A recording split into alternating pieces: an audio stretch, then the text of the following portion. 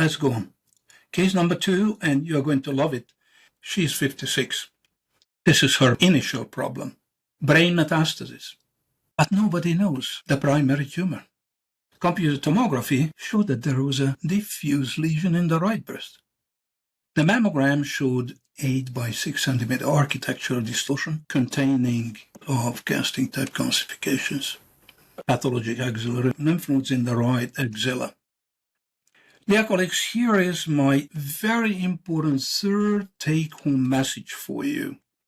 When you see, like in this case, you're going to see extremely large number of casting type calcifications open the previous examination.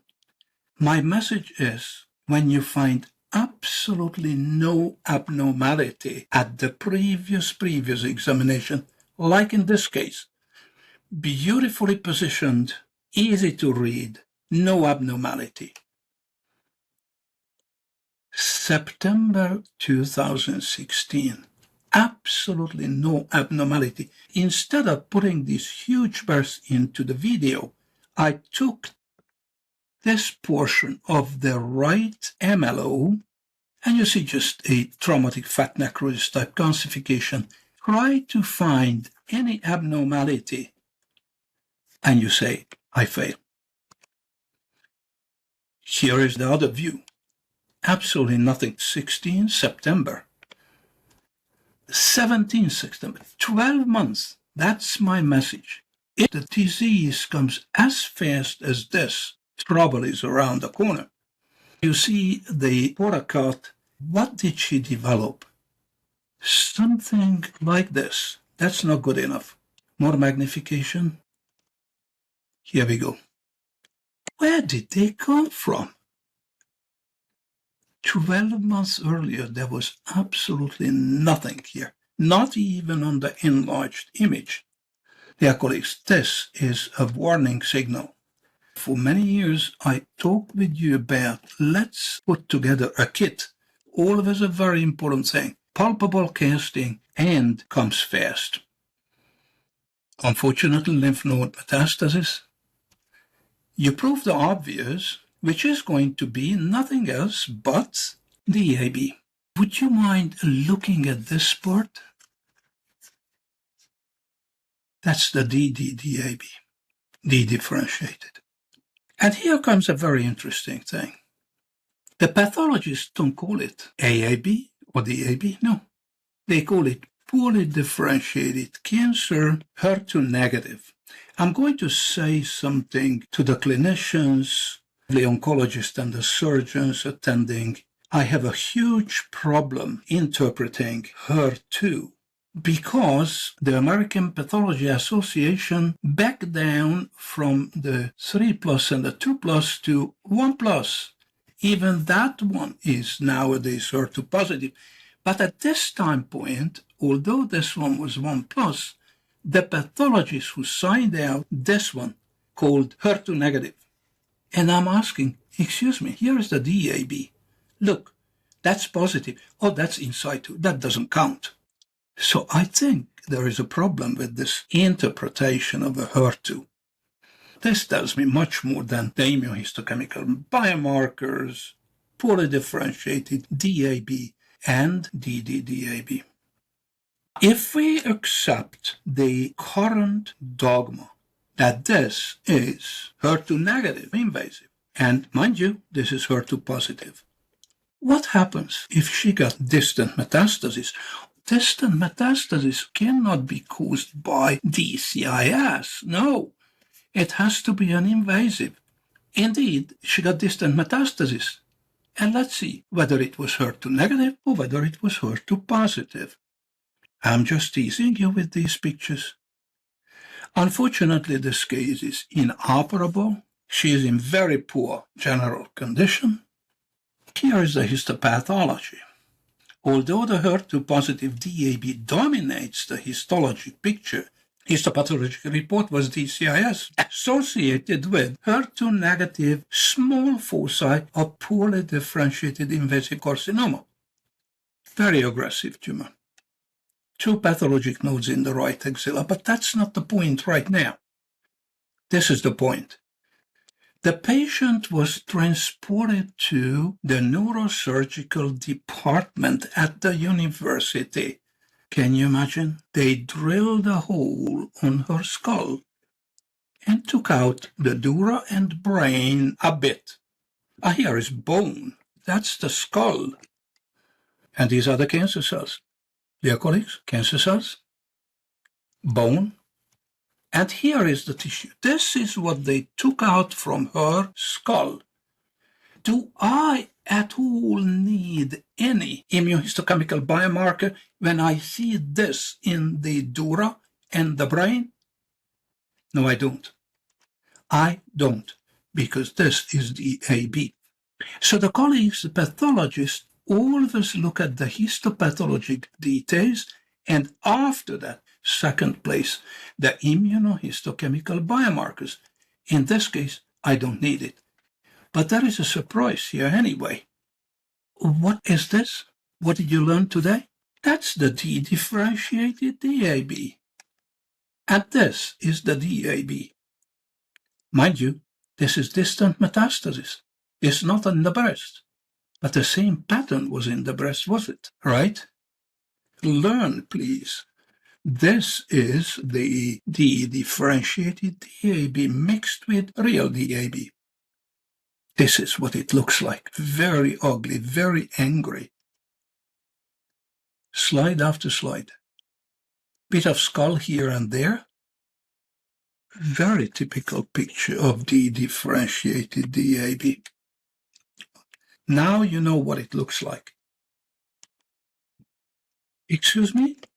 HER2 positive? How come? In the breast, the so-called invasive, poorly differentiated cancer was considered HER2 negative. And this one, they call DCIS, was HER2 positive.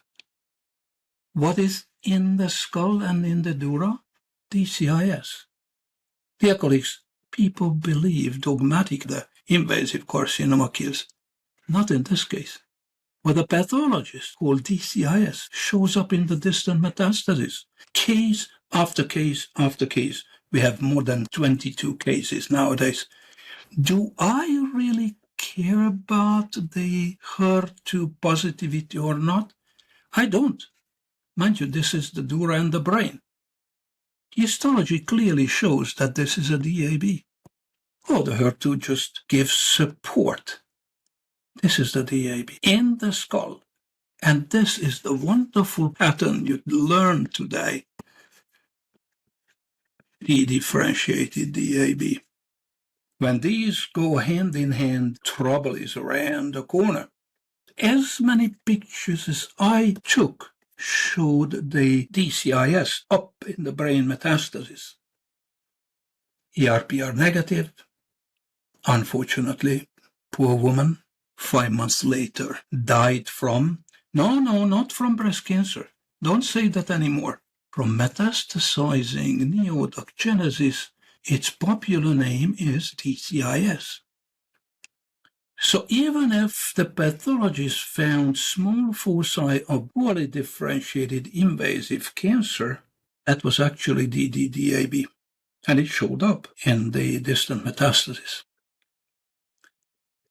We have to practice this. 55. Presents in the emergency unit with very severe abdominal pain. Ultrasound very quickly says diffuse liver metastasis. Oh, by the way, enlarged axillary nodes.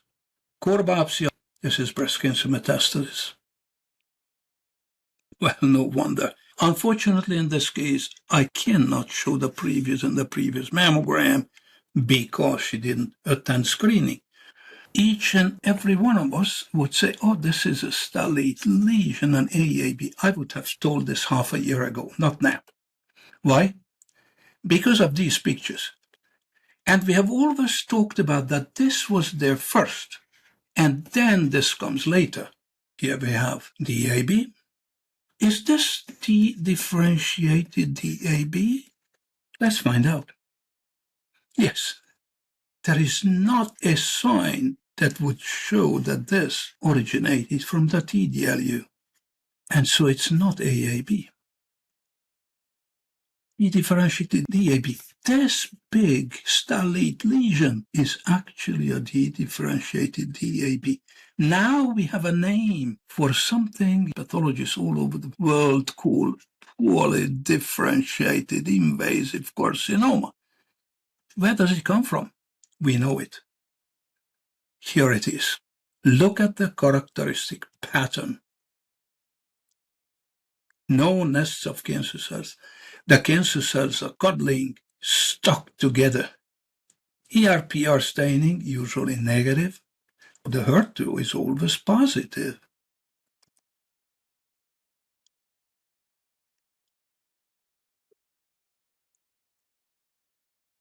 Axillary lymph nodes, she is in very poor condition. Only core biopsy was performed. HER2, this comes in the second place. It's just a confirmation. I don't put the spotlight on this one, but on the histology. When she comes to the emergency unit, the liver biopsy was immediately done, and then 1 day later, the core biopsy of the breast. Dear colleagues, here is the liver metastasis. What does it remind you? This is liver. Look at the pattern. This is the primary tumor in the breast. This is liver metastasis. Of course, my friend immediately says, the breast tumor and the liver metastasis were morphologically similar. I would very much like to underline, I am not responsible for the histologic diagnosis or the determination of the refined cause of death. It's my friend who does it, a super pathologist with decades of experience. Yeah, colleagues, whether you see this in the breast or in the liver, same thing, typical pattern of dedifferentiated DAB. Primary breast cancer on the left, liver metastasis on the right. Liver metastasis. Cytokeratin staining. ER negative. HER2 super positive, just like it was in the breast. Usual practice, oh, this patient unfortunately died from breast cancer. I'm not satisfied until you say duct-forming invasive cancer.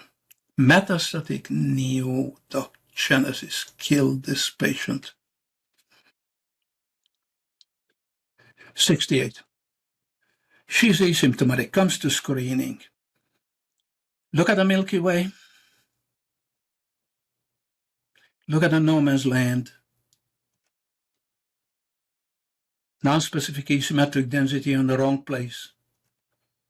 Don't speculate. Call back. AI says you're right. When you magnify, and you see small tumor masses and multiple cluster crustome-like calcifications. Unfortunately, this was missed 2 years earlier. All the way down to the nipple. Good shot. Very well seen on the ultrasound. You would say in a choir, if I was asking, what do you see here?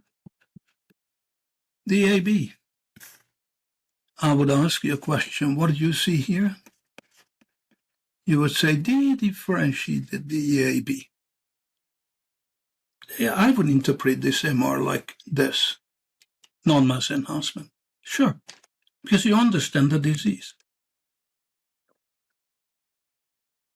Does it match the mammography finding? Yeah, the mammogram showed here and there in a whole lobe. Mastectomy follows. And now comes an interesting surprise for you. How extensive was the disease? Oh, on the mammogram wasn't very extensive, no. But then the pathologist says, just wait a second. Even if your microfocus magnification showed extensive disease, this is more extensive, and you could not have seen this on the mammogram. Everybody is thinking with me, if the pathologist would call this DCIS, you would protest because these have the hallmarks of neoduct genesis, But surprisingly enough, I don't see the desmoplastic reaction and I don't see the lymphocytic infiltration. How interesting. This is traumatic fat necrosis after vacuum-assisted biopsy. Too many ducts, lack of TDLU, disorganized, contorted, haphazard. What a picture. No, we could not have possibly seen this on the mammogram. Not a single calcium pearl. Beautiful case. Now we are thinking, is this going to be the killing cancer? Is there any invasive carcinoma, DDDAB or AAB associated? Very large area. It's a beautiful workup. You know very well that this is neoduct genesis, and this itself is a newly formed duct. Well, there is some lymphocytic infiltration there and there. Oh, a lot here. Of course, this is neoduct genesis. And this is what the mammogram suggested, that it's marching down towards the nipple. You find micropapillary, clinging, Roman arches, cribriform, DAB, producing fluid. When you magnify, you see these are the micropapillary growths that fell down. But this is more interesting. The proteinaceous fluid starts to kind of solidify, become viscous, and within that, the skipping stone-like calcifications will be formed. Enormous concentration of protein, and protein loves calcium. And then we got the flat stone-like calcification. Not in this case. It's a question of time. So let's not get too much distracted with these fluid-producing micropapillary, clinging, cribriform, DAB. Not in situ. This is abnormal. Cannot be called in situ. Necrosis here. Too many duct-like structures, and that's what we were looking for. She has two invasive, one here and one there. Let me magnify it for you. Dear colleagues, this is DAB, no doubt about it. But this one is dedifferentiated DAB, and this one is AAB. And I'm going to magnify all these for you. You see these slit-like openings with the cancer cells. That's cancer originating from the TDLU. So here we have a DAB which didn't have the desmoplastic reaction, didn't have the lymphocytic infiltration, and it has although tiny, but acinar adenocarcinoma of the breast. And here is another picture of that AAB, and here is the dedifferentiated DAB. Now, who is going to win if there will be any damage? The combination of DAB and this, or the AAB. This is high power detail of the dedifferentiated DAB. No openings, no tubules. The whole picture is dominated by the DAB. However, here is a good news again. Fatality is very much lower in the fluid-producing DABs. The fragmented casting is responsible for 75% of fatality within DAB. Is she going to be a lucky one? Neoduct genesis without desmoplastic reaction, lymphocytic infiltration associated with an AAB. This one is neoduct genesis, and this is neoduct genesis. So calling this DCIS, whether it is curable or not, is wrong anyway, because this is not cancer cell gathering within pre-existing duct system. It's neoduct genesis.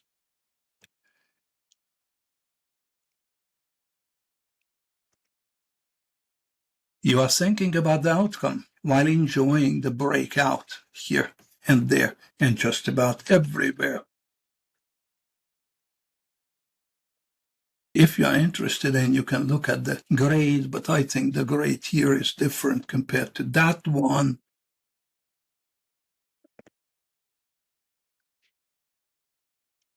I just couldn't stop presenting all these beautiful, unique pictures. Macrophages, the friends of the cancer cells, cholesterol crystals. A few cancer cells in the sentinel node, but that is not very dramatic. Here we are. 3 by 3 millimeter solitary moderately differentiated AAB. You see the grades varied a lot. 1, 2, 3. The extent of the disease was 7 by 5 centimeter. You looked at the mammogram, you never dreamt about this extent. Once again, the benefit of large section. The tumor growth pattern in these newly formed duct-like structures varies. It has everything. Also the clinging. HER2 negative, low-key cancer, no LVI. There is micrometastasis, sentinel node. Definitely not from the 3 millimeter AAB. What will be the outcome? There is a huge discrepancy between the limited extent of the mammographic finding and the surprisingly large extent of non-calcified DAB at histology. Mastectomy was a must, fortunately, and the patient demanded. This is 8-year follow-up, and she says, I saved my own life. Where is she now? 12 years pass by, and 9 months, and the patient is well. What does she have? She belongs to the 70%. I showed you cases that were hopeless, that were a combination of DAB and the DDAB. Those were the first 3 cases. I hope that today's lecture sinks in. And Lee comes up with this question: what if the DAB cases were locally malignant only, but the lethality comes when they dedifferentiate, which proves the ability that the pathologist is so wrong and have been wrong for 100 years. In this particular case, when the imaging biomarker looks like this, you are not allowed to say this, because if they team up with the dedifferentiated DAB, very high risk of dying. I believe separating the AABs would be illuminating, sure,